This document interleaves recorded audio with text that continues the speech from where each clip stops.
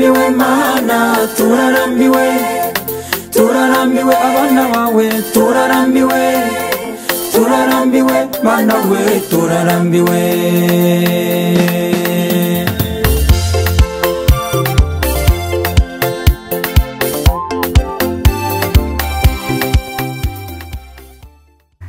Watangira wibwira abadukurikiye bakunda umuziki wa gospel, abakunzi ba gospel music muri rusange. Yes, nitwa Ndayisaba Epimake. Ndabasohoje abantu bose batwumva. Rero yitwa Epimake nyine ni umunyamuziki w'indirimbo zo kuramya no guhimbaza Imana mu itorero ry'Abadiventiste b'umunsi wa karindwi. Hano i Kigali abantu wenda baba batazire ku rusengero rw'Abadiventiste aho ruherereye, ruri ku muhanda umanuka nyine uva kwa Rando werekeza Sonatube, wenda nko kuhagera haruguru gatoya niho ruri. Ubwo niho nyine nsengera, ni naho nkorera umurimo, uretse ko umurimo wo tukorera hose. Umuziki wakoze n'ubu ngubu ugikora, ugomba kuba atari urugendo rwakoroheye nk'uko undi wese byamworohera. Ibyo uvuga n'impamo ntabwo ari ibintu byoroshye. Mu rugendo rwa music ni urugendo rwose rugoye, rurimo ibiruhanya byinshi, bisitaza n'ibicantege. Bisaba nyine yuko umuntu yihangana koko kandi ibyo ukora ukaba bikunze kugira ngo iyo projet nyine ibashe kugira kuri projet. Ubwo rero music nge nayitangiye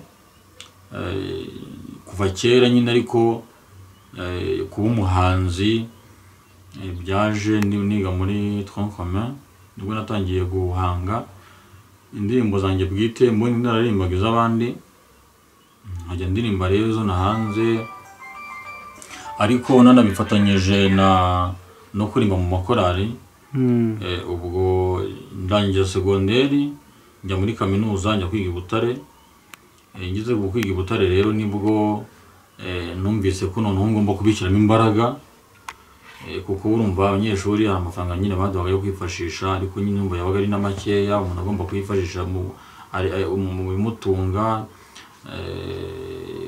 mu masomo bisanzwe, gushaka note n'ibiki byose urabyumva bigoye. Ariko navuze nti iki nicyo gihe mbonye cyo kugira ngo noneho uyu muziki wanjye mushyire imbaraga noneho ugere no ku bantu. Ngeze mu wa kabiri rero hari muri 2011, ubwo nibwo nashakije amakuru y'inzira binyuramo kugira ngo umuntu ajye muri studio akoresha indirimbo isohoke. Nuko ubwo ntangira no gusevinga amafaranga buhoro buhoro. Ibintu bikunda burya, ibintu bikunda uranabyitangira. Nakoraga ibishoboka byose kagenda mbika udufaranga buhoro buhoro.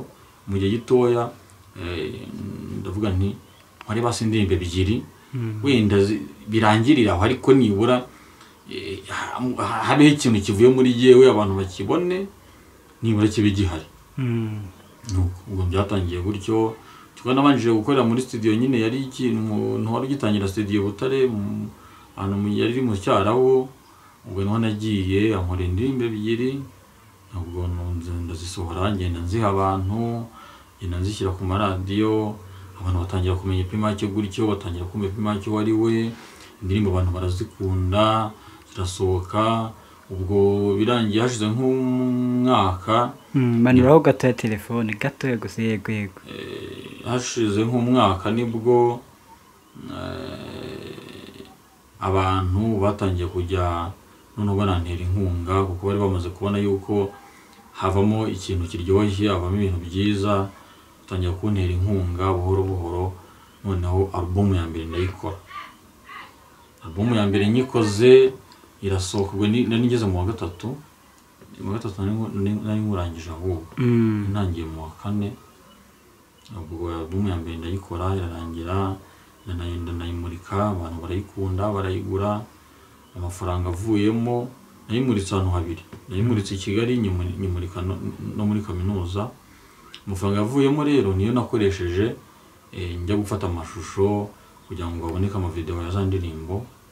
Ubwo mbigenza ntyo, hashize n'ubundi nk'umwaka utaruzura neza, ayo video nayo ndayamurika, nyamurikira abantu. Bigenda bikomeza buhoro buhoro kugeza kuri album ya gatatu, nayo iri hafi yo kurangira. None Epima, njye nabayeho umunyamuziki, nzi imvune z'abahanzi kwa producteur. Aba producteur ni bamwe mu bantu baciye agahigo mu kwica gahunda bahaye abahanzi. Aho hantu ushyireho n'icyuko harimo no kuba hari umwihariko wo kuba ufite ubumuga bwo kutabona. Utubwire n'ibintu wumva utazibagirwa mu rugendo rugoranye rw'umuziki ukora. Icyo vuze cyo nimpamo abaproducteurs bakunda kwica gahunda y'umuntu. Niba ari uko bafite nyinshi simbizi, ntabwo nzi ikibatera, ariko mbona ari hafi yabo ni benshi. Abo nakoranye nabo ni benshi cyane, nabonye ari benshi ari uko baba bameze. Hari ukuntu nyine umuhana gahunda rimwe na rimwe ntizubahirizwe, nubwo muri gahunda za kimuna akenshi bikunze kubamo, ariko nyine ubona hazamo akantu k'umwihariko wo kuba nyine usanga niba ari gukorera amafaranga nyine ku bantu benshi, ugasanga nyine rimwe na rimwe kuri kanaka cyangwa kuri kanaka ya gahunda ntiyubahirijwe neza. Manura gatoya nanone. Ubwo rero njyewe nagiye nkorana n'abaproducteurs icyo kora uwo twakoranye kuri album ya mbere vraiment yankoreye neza, twarakoranye neza, twabaga twahanye gahunda ikaba ari iyo ngiyo kandi akagereza no kwibahiriza. Twakoranye neza pe, byarananshimishije. Album ndayikora rwose irarangira. Ufite nabaga navuye twabaga twapanze ngewe nkava i Butare nkaza ndamara i Kigali nk'iminsi nk'itatu cyangwa 4. None tugapanga ngo uyu munsi tuzakora indirimbo 3, ejo tuzakora izindi 2, gutyo bitewe na disponibility. Urumva ntabwo nanjye ngenyine yabagakorera, ariko nibura umwanya twabaga twapanze vraiment twagukorega neza uko bikwiriye. Ubwo twarazikoze gutyo indirimbo terarangira. Cyakora bigeze mu gihe cyo gukora amashusho, ahubwo uwo twakoranye niho byagoraniye. Nubwo nawe yigaga i Butare, ariko yagiraga gahunda nyinshi cyane rimwe na rimwe, kuko amashusho nayakoze ndi mu gihe cyo kwandika igitabo, ariko igitabo nacyanditse vuba kugira ngo nkirangize kijye ku ruhande, noneho mbone uburyo ni concentrate mu bijyanye no gufata izo ndirimbo z'amashusho. Kuko intuzari zose twazikora i Butare, nabaga twaranasoje naraje i Kigali, yampa gahunda rero nkatega nkajya i Butare. N'abantu bandi turi bukorane nabo nkabategera twajya i Butare. Rero bya nyine uvugaga akaba ari nk'igihe tugeze i Butare, gahunda akaba arayishe, twongera gutega tugasubira i Kigali tutakoze. Izo ni imbogamizi zumvikana. Cyangwa se niba twavuze ngo turashutinga indirimbo 2 ugasanga ni imwe cyangwa se nayituzuye, nyine bigasanga biragoye. Urumva bigoye, n'imbogamizi ni nyinshi cyane, biragoye. Ariko twagiye tubitwara gake gake, buhoro birangira, mbona birangiye neza, avamo umusaruro ushimishije abantu. Ni iki cyakubabaje udateze kwibagirwa mu rugendo rw'umuziki wawe, ubona hari byaba byaratewe no kuba ufite ubumuga? Ibyambabaje mbona ni nk'ibyababaza n'undi wese. Nta kantu kugeza ubu nakubwira k'umwihariko kaba karambayeho kataba ku wundi. Ni ibisanzwe, ibyo nabonye ndumva ari ibisanzwe kugeza ubu. Ntabwo ndabona ikiri umwihariko. Gusa wenda akambabaje ariko kaba no ku wundi nawe, nuko hari indirimbo twashutinze kandi narayikundaga, n'amashusho yayo ukuntu yarameze icyo gihe, nubwo atari njye ntayarebaga, ariko abayarebaga cyangwa se abo twakoranye bari bazi uburyo twari twayikoze. Ari indirimbo yari kuzaryohera abantu, ariko malheureusement birangira amashusho y'andi ndirimbo ngo ahiriye mu mashini irashya, nayigenderamo kugeza n'uyu ndirimbo sindongera kuyikora. Ako karambabaje. Rwashize igihe kingana iki? Nicyo gihe nyine juste ndi gukora n'izo ngizo mba nikera. Burya rero umuntu ari umuhanzi, indirimbo aba yarakoze ziba ari nyinshi kandi zose kuko ziba ari izawe, zose buryo uzikunze. Cyakora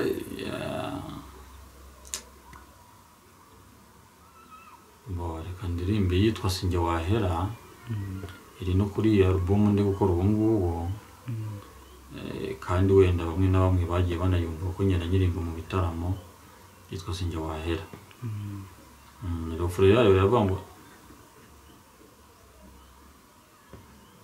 iravuga ngo si wowe wenyine nanjye nuko twabaye ibigwari, adukiza ikimwaro, aduha umwambaro duhesha amahoro, ndetse afata ingamba ziturinda guhomba. Ufite indirimbo nanditse imeze nk'umuvugo nangwa igisigo, nuko nagiye nyandika, ariko iri mu ndirimbo ziri kunshimisha muri iyi minsi, muzo maze iminsi nkoze. Pimake rero inkuru nziza igera ku bantu batandukanye bakuzi, abo mwiganye, abo musengana, bakumenye kubera umuziki, ko ahageze ko usezera kuri ba Damascene ukabasiga mu buseribateri. Niba ntabyibeshyeho, gahunda yaje ite? Ibuka nyine ni inkuru iba hari ibintu biba biri rusange ku bantu nyine. Iyo uri umusore cyangwa uri umukobwa, igihe kiragera nyine ugahura n'undi mwaganira, ukumva biraryoshye nyine, ukumva bimeze neza. Byaba bimeze neza, ubwo ni naho iminsi y'uko igenda yicumamo, ugenda ari ukuntu umwe yiyumvamo undi, noneho igihe kikagera mugakundana. Iyo mukundanye rero hagashira iminsi, rwa rukundo rugakomeza rugakura, ni naho havamo kuba haba umwuka abantu bakwemeranya niba bazabana koko, rwa rukundo rukagira imbuto ruzabyara. Byaba bibaye amahire n'Imana yarabihaye umugisha, ubwo nyine urwo rukundo koko rukagera ku ntego yarwo. Nuko nanjye byangendekeye rero, igihe cyarageze mu bantu benshi umuntu aba yaragiye ahura nabo bagiye batandukanye, igihe cyarageze nyine muza n'uwo yaduhuje, turakundana. Igihe kigeze nyine dufata nicyo cyemezo cy'uko urwo rukundo rwazagira igihe rukabyara imbuto z'urukundo. Ubwo tuba turahuye, turanakundanye, twemeranya no kubana koko. Ni ukuvuga ngo igihe uwo munsi turi kuwukozaho imitwe y'intoki. Wowe uburyo mwamenyanyemo, byaba hari icyo bipfana n'umuziki? Byaba hari icyo bipfana n'aho usengera? Mwaba se mwariganye niba nta banga ririmo? Bijya kumera nka gutyo. Burya umwuga dukora w'ubuhanzi wari mugari cyane kandi duhuza na benshi. Uriya mugore rero twahuye, nari nagiye kuririmba ibyumba, yari umunyeshuri, ari muri stage, niho yari ari gukora stage, ariho ari gusengera muri iyo minsi, urumva nyine niho yari ari. Ubwo rero niho twamenyaniye, ntabwo nari muzi. Uretse ko nyine twebwe burya abahanzi tuba tuzwi n'abantu benshi, nyine asanzwe yari asanzwe nyine anzi hirya no hino nyine aho ngenda ndirimba. Ubwo turahura nyine turaganira, tugenda tuganira gake gake, bigenda bizamuka gutyo gutyo. Urumva ko n'ubundi umuziki niwo wabigezemo uruhare, niko navuga. Mbere yuko dutandukana, hari ijambo wumva wamusangiza, wamubwira muri kiganiro? Ijambo namubwira ni uko urukundo ruruta byose, kandi urugendo ruba ari rurerure. Rero ni ugukomeza tugatizanya imbaraga hamwe n'Imana kugira ngo uru rugendo tuzarusoze amahoro. Hari abajene baba bafite ubumuga butandukanye ariko ntibigirire icyizere nk'uko ukigirira, n'icyo wabwira abo bandi? Icyo nababwira, burya ubuzima tubamo ni burebure, ni burebure, uretse ko n'igihe buba bugufi. Rero kugira ngo burya ubuzima umuntu bumuryohere, nawe abigiramo uruhare. Kugiramo uruhare ni ukuherera, kugiramo uruhare ni ukugerageza umuntu akishakamo imbaraga, kandi burya umuntu wese aba afite imbaraga ku rwego rwe zatuma ahangana na buno buzima.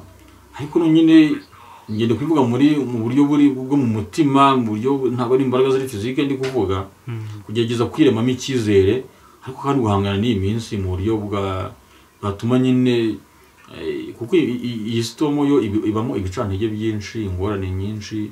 Uyu munsi ugakora ibi bikanga, n'ejo ugakora biriya bikanga, n'ejo ubundi ugakora biriya bikanga.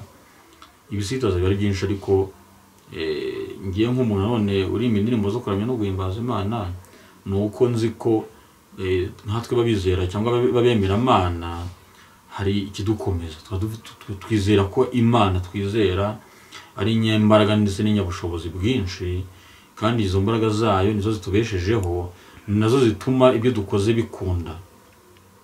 Rero numva icyo nabwira umuntu cya mbere ni ukwiringira no kwizera Imana, kandi ibyo twizera ntibiba biri ku munwa gusa, ahubwo twabishyira no mu bikorwa cyangwa se twabishyira no mu mitima kuko kugira ngo atari bya bindi umuntu yizera anashidikanya, noneho bigatuma bya bindi tunakoze ukanabikora wumva ko bigomba. Iyo ukoze ikintu wumva ko wizeye ko kizakunda, binaguha imbaraga zo kugishyiramo imbaraga kugira ngo kizagire aho ushaka ko kigera koko. Ni naho rero rimwe na rimwe ngenda ndirimba indirimbo zo gukomeza abantu muri ibyo bisitaza duhura nabyo muri ubu buzima.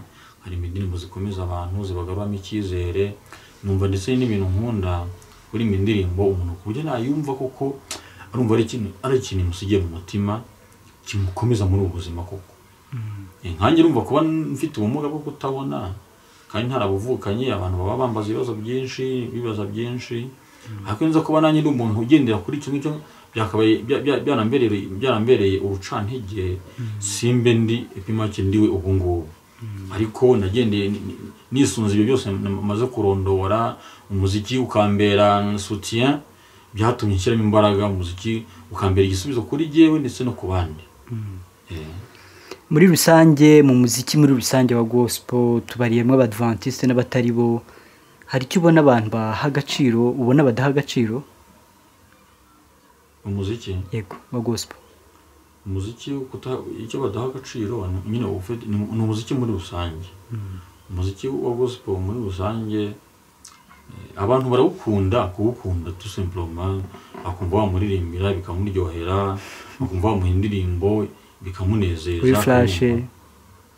kuri flash wazima kuri flash aho ikoranabuhanga riziye, umuntu akavuga ati wanyureje twa turimbo twawe kuri WhatsApp, ariko ntanatekereze yuko indirimbo wazisohoye aho ziva hari aho zavuye, hari imbaraga zatanzwe kugira ngo za ndirimbo ubuzumva zigakuryohera.